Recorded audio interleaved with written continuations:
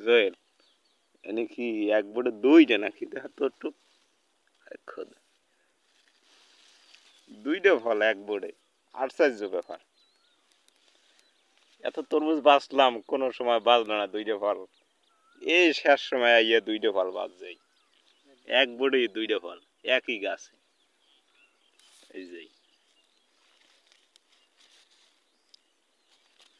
ফল দুইটার সাইজও ভালো আছে ইনশাল্লাহ রাইখে দিলাম